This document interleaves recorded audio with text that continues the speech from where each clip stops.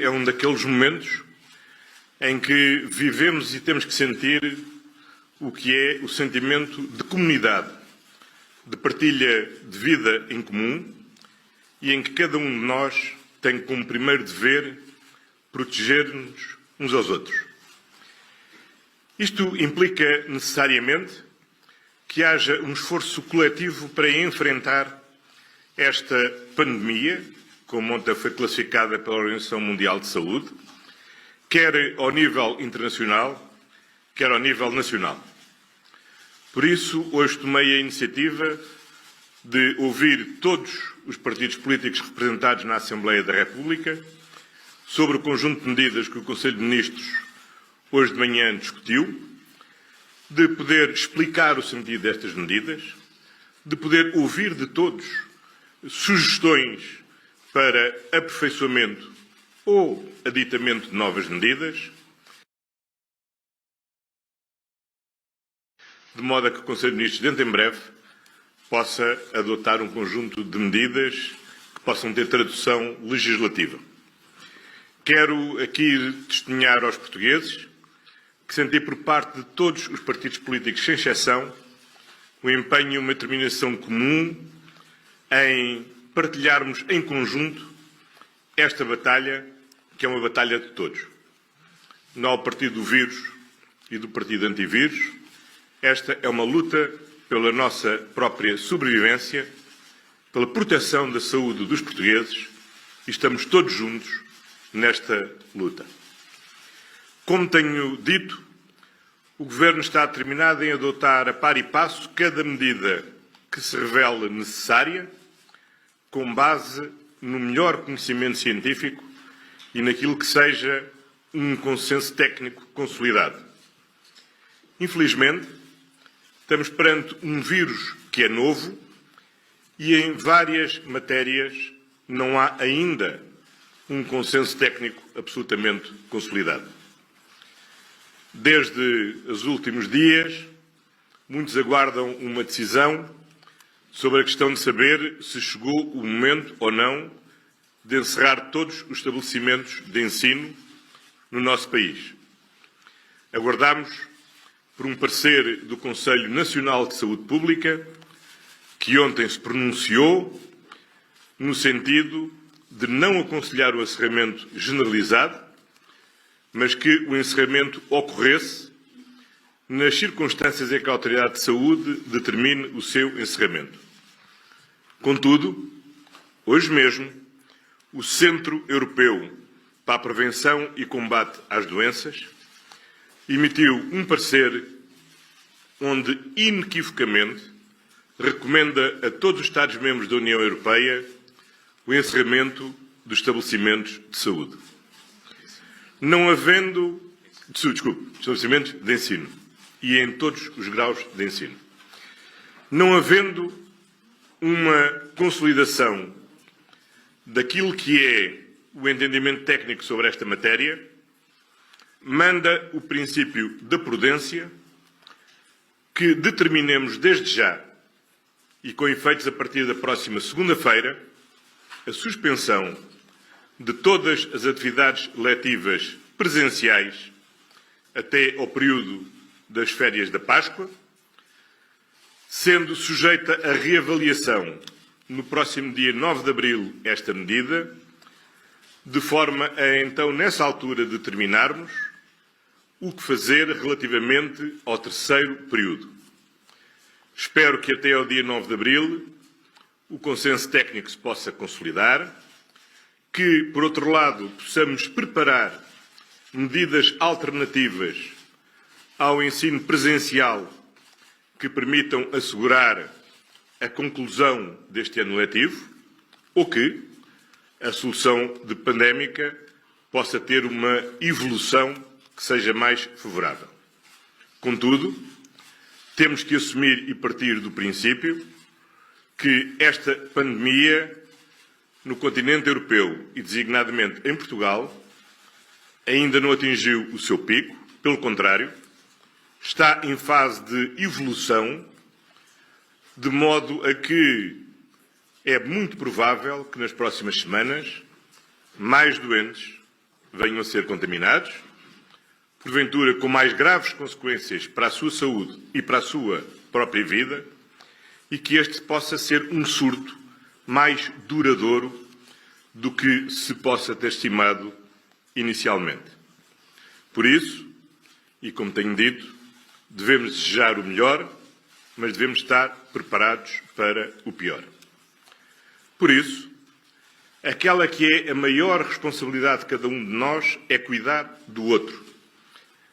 Desde logo tomando as medidas de higiene para evitar a contaminação do outro. E essas regras têm que ser repetidas e, sobretudo, praticadas por todos nós. Mas também temos que limitar ao máximo o nível de circulação e de contacto social. Quero, aliás, dizer aqui com toda a clareza: o encerramento das escolas não se deve ao facto de as escolas serem um local de contaminação, mas, pelo contrário, a escola deve-se ao facto das escolas serem um local de contacto, ser um local que favorece naturalmente a contaminação.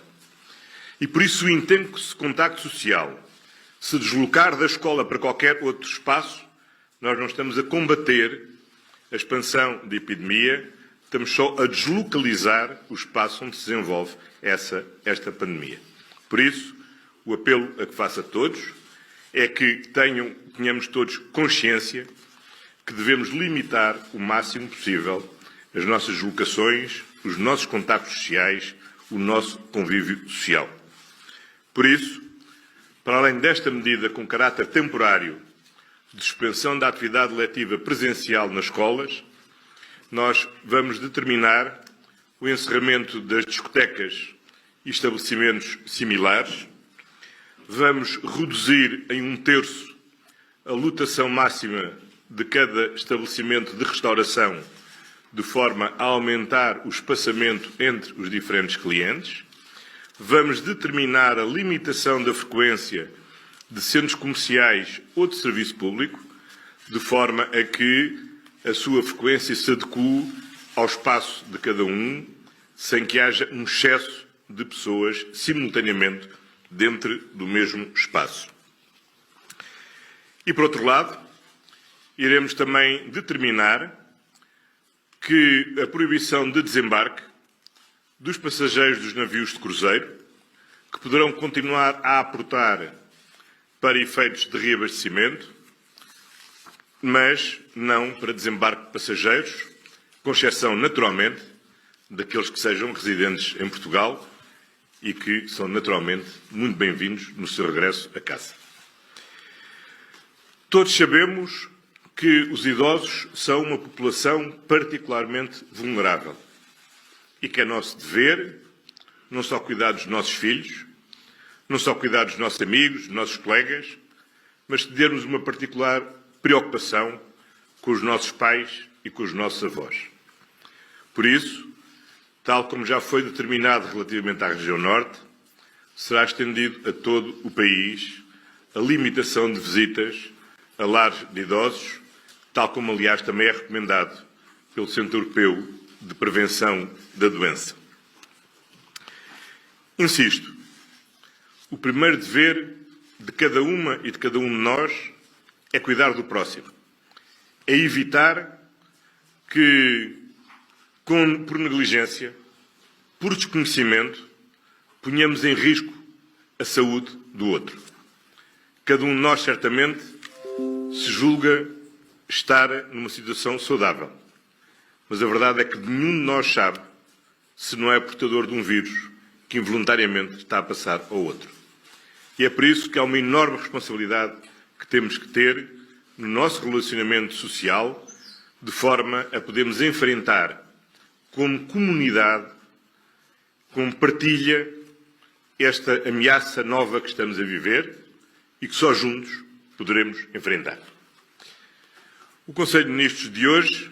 irá adotar também um conjunto de medidas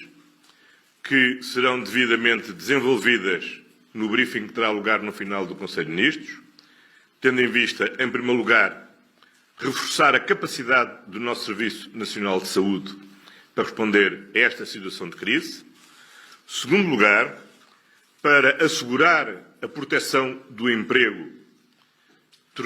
contribuindo para a viabilidade de empresas que estão a ser particularmente atingidas neste período de crise. E, finalmente, para garantir o rendimento das famílias, em particular daquelas que, ou por motivo de doença própria ou de familiar, que por motivo de decisão da autoridade de saúde relativamente ao próprio ou a familiar, ou em virtude do encerramento extemporâneo dos estabelecimentos de ensino, têm a necessidade de acompanhar os seus familiares e, em particular, as crianças com menos de 12 anos. Como é sabido, a lei prevê o apoio à remuneração dos trabalhadores por conta de outrem que tenham que dar apoio a familiar, assim como remunera as situações de baixa. Adotaremos medidas para que estes apoios sejam também extensíveis, com as devidas adaptações, àqueles que são trabalhadores independentes, ou, como na linguagem comum se diria, que trabalham a recibo verde. Mas a lei não prevê nenhuma medida para situações como esta, que entrará em vigor na próxima segunda-feira, que tem a ver com o encerramento das atividades presenciais dos estabelecimentos educativos e que coloca necessariamente para todas as famílias uma necessidade especial de reorganização da sua vida, tendo em vista acompanhar crianças que, não estando doentes, que não sendo objeto de nenhuma decisão da autoridade de saúde de confinação domiciliária, pela sua idade ou por sofrerem de deficiência, precisam do apoio do seu pai ou da sua mãe. E, nesse sentido, iremos criar também um mecanismo especial que assegure a remuneração parcial em conjunto com as entidades patronais, de forma a minorar o impacto negativo no rendimento das famílias destas situações. Medidas especiais, naturalmente, serão adotadas para apoiar os profissionais de saúde, de forças de segurança, de serviços de emergência e de outros profissionais que também, tendo filhos, são absolutamente imprescindíveis à continuidade do seu funcionamento e à sua atividade para garantir o bom funcionamento do Serviço Nacional de Saúde, a segurança de todos e o socorro, que é absolutamente essencial. E para quem é necessário encontrar medidas alternativas ao apoio residencial. Queria, por isso, mais uma vez, expressar a todos os partidos políticos o meu reconhecimento pela forma construtiva, empenhada, com que todos estão a encarar este momento. E partilhar aquilo que é seguramente hoje o sentimento de todos os portugueses, que é uma mensagem para aqueles e para aquelas que já neste momento estão contaminados com o Covid-19, desejando-lhes a rápida recuperação e que os seus familiares, os seus amigos e os próprios possam viver este momento com a menor ansiedade e a maior confiança possível. Uma mensagem de esperança e confiança também para os milhares de pessoas que já estão hoje sob vigilância por terem tido contacto com alguém que já está contaminado com esta infecção. E, finalmente, uma palavra de grande confiança, gratidão e apreço pelo enorme esforço que todos os profissionais de saúde estão, neste momento, a fazer para responderem o melhor possível a uma circunstância absolutamente extraordinária com que nos confrontamos e que, com determinação e todos juntos, seremos seguramente capazes de enfrentar e superar. Muito obrigado a todos.